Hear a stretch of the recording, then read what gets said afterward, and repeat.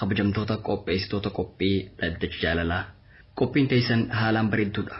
Haalaan irraa gammanna jechaa gama iyyannootti jaattiin caa. Ani jaartii bareedduun qaba. Haala amallisiitiis haalaan gaariidha. Inumaa anaaf namni akkasii bareedu dachii tanarra hin jiru. Isiin anaaf tokkoffaadha. Number 1. Ani umriidhaan isira xiqqaadha. Gaafa wal fuunu san ani waa'ee bultii hubannoo guddoo sin qabu. Wayita walitti dhufnu waan isii bira jiru naaf himte. Ati amma dura dubra birootiin walitti hidhaamtee beeytaa jettee na gaafatte. Anis lakkiin beekuun je'een. Isiin garuu akka dubrummaa hin qabne naaf himte. Dubrummaa dhabuun isii yeroo sanitti waan guddaa natti hin fakkaanne. Wayita sawwanni naaf mul'atte dubrummaa dhabuu isii qofa malee dhiira birootiin walitti ida'amuu isiitii miti. Akka hundattuu walitti dhufnee bultii jaarannee jiruu gammachuu eegalle.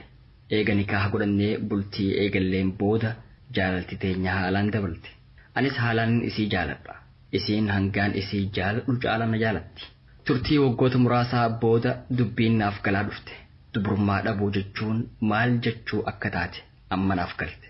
Eega yaaddoon tun sammuutii keessa yaa'uu eegaltee hirriba nagaa hin arganne. Keessattuu wayita gama firaashaa deemnu bakkaan an jiru tana na dura nama birootii ture jechuudha je'itiniif gaafadha. Wayita kana yaaddoon jabdu natti buutee maraadhu na gooti. Akkaan isiif irraa gaggeessee dubra biroo hin laalanneefis namni hanga isii natti bareeduun jiru. Mee furmaanni kiyya maali? Karaa kamiiniin yaada hamaa kana if keessaa balleessuu danda'a? Gorsaa fi murtii ulamaa'ii obsaaniin eeggadha. Galatooma. هي زوجتي عنوانها. Fariyaa waan jettu qabdaa iyyannoo tanarratti. Iyyannoon kana fakkaatu amma duras dhiyaatee jira. Wanti guddaan tawbaadha. Isiin badii isii beeytee gama rabbii isii tawbattee dhugaa jirtu yoo jaarsa isiitiif himte gahaadha natti fakkaata. Rabbiin nama tawbateef ni araarama yoo tawba haqaa taate. Sah dhuga baanta. Anis waan inni itti da'uun qaba. Intala dubrummaa qabdu yoo barbaade argachuu danda'a. Garuu dubrummaan jaalalan taatu. Dhalaan gariin tanuma dubrummaa qabduutu jijjiirama. Iyyataan kun akka himetti jarri lameenuu akka wal jaalatan. Gama jaalalaa fi bultii keessatti rakkoon nu mudate ni jirti hin jenne. Inumaa hangaan isii jaaladhu caalaa isiitu na jaalata jedhe. Tun harkamnaan gahaadha. Isiin yoo isaaf amanamtuu taate innilleen yoo isiif amanamaa ta'e wanni guddaan kana. Nama meeqaatu jira ka dubrummaa wal fuudhee ganamaa fi galgala wal dararu. Hedduutu jira ka fitinaa walitti ta'e. Nuti hanganuma jenna. Waan hafte gama abbaa murtiitti si dabarsina. Gaafataan waan jedhu intala takka fuudheetin jira. Dubrummaa hin qabu jettee na odeessite. Akkuma sanitti gaafsan hedduu keessa gadi hin xinxallinee fuudhe waan dubrummaa dhabuun taate haga sundanaan galle boodarra natti dhagayamtee jagabaabinaan. Dubrummaa dhabuun boodarra seenaa guddaa itti argamsiiste. Yaaddoo guddaa keessa seene jechuudha. Gaaf duramaa galuufii dhabdee amma akkamitti galtee fi sangaa isumatu beeka. Talli takka dubrummaa yoo dhabde gaaf duraa maaf waa itti fakkaachuu dhabe har'a maalii fi waan hamtuutti fakkaate gaaf duraa yookaan dubrummaa dhabuunis rakkinaa miti. Haraam hin qabu wanni kun jechuutti yaaduun isaanii mala booda haraaminaa waan kanaa yookaan dhaga'uun ni mala yookaan gaaf duraa laaftumatti ilaalee booda qaamni isaa jibbuun ni mala akkuma hundatu gaafataan isatu beeka jenna. Gabaabinaan gaafiin isaa dubrummaa dhabuun isii kun na yaachise keessawuu yeroo gartee firaashaa yeroo hirribaafa akka malee dubbii tanarraa rakkadhee akkam ta'a jiru. Ayyuha al-ikhwa wal akhawaat wani rabbii guddaa subhaanahu wa ta'aalaa keeysatti hin sodaatin wani rabbii guddaa keeysatti walitti hin dhufin booddeen isii akkanuma sheena dhumti isii sheenama jechuudha. Jaalalli rabbiif hin ta'in aakirri isii sheena. Fuuti rabbiif hin ta'in aakirri isii sheena. Walitti dhufeenyi rabbiif hin ta'in booddeen isaa sheena. Yoo gaafa duraa yeroo itti dhufu san intala rabbii sodaattu tiifamtuu ta akkasii barbaada jedhee san barbaadatee fuudhee jiruun isaanii yoo musheenaa hin qabdu waan rabbi sodaataniin. Warri funyaan qaceelu wallaalee wal jala kute funyaantu akka aliifit dhaabbatanii bareeddi jee warri morma dheeraa laalee wal jala kute mormi hanga gaalaa dheerata je'e akkasii jaalate jechuun booddeen isaanii sheedha diin hin laallanne waan ta'eef kanaaf jiru akkanaa ta diiniin malee zaatuma wallaalanii wal jaalanne jedhanii waliif fiigan tanarraa namni islaamaa uf qusatuudha qaba.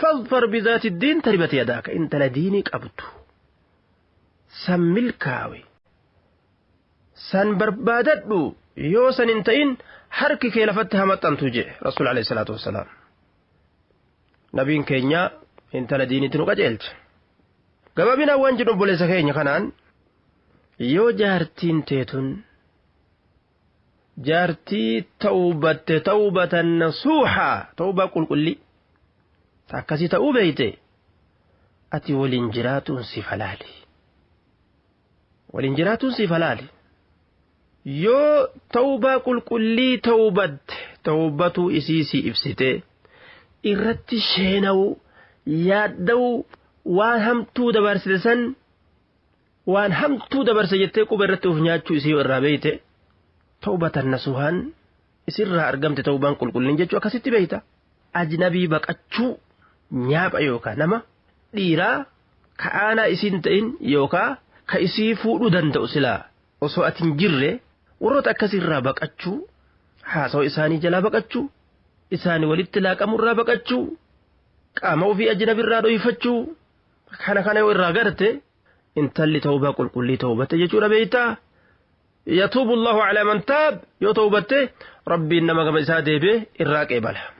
التوبة تجب ما قبلها جي رسول الله صلى الله عليه وسلم بدي عبود لي أتشين درد دبرت لفان دويتيجو ربي سبحانه وتعالى نمرك إبالا يو نغادان كمساتي بيان كنافو إسين سن غابسان غبرتي ربي تاتي جرتي غبرتي ربي ولين جراچون كي وركينان كبو جيچو يو أتمانو إسي ولين جراچو كنا كيساو يرو هربانت أقام جت يرو كان يرو تنقمت كان هنا في متاك هيس سينتف إسيتنا نما برات ندور ولين إذا أمي إسي وجج إيسي ديرت برايت هنا فتي أكنمت يجو هنا فما سيد أقامي كسانيف جبتو تاتي ركينا قبضة اللي نمان كل كلين يجو yoo wanni kun haraami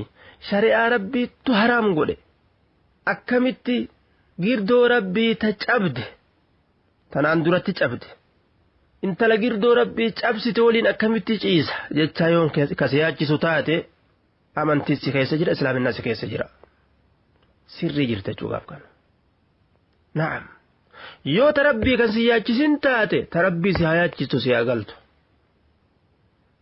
isinis انت لديني قبض يوتات فلكه انت لخيري تسيفاتات يو اكنمتي نومتاتف هورا الايني سين ست فكات بوجين كجرات تاتي كسارجو كما كتاب ربي تبع يرو رأى كيستي اكما اتو ترادرا وهتو كلالين كدبرما هنكبو جتي سين سي افستي سنتتي دبرما ابو فاشنا godhatteerta addunyaan aadaa kufriitii fi yahudaatiif nasaaraa jala deeme jechuun namni islaamaa kan maqaan islaamaa durumaan jiraachuun faashina dadhabaa nama homaan beeyne haqaruuteen ta'in itti ilaalamee jira jechuudha kuni duuba kasaaraa guddaa hongoo guddaa ummata kanatti fida kanarraa ilmaan gumnaattu dhalata eega namni nikaha dhiisee nikaha malee girdoo rabbii cabsuu eegale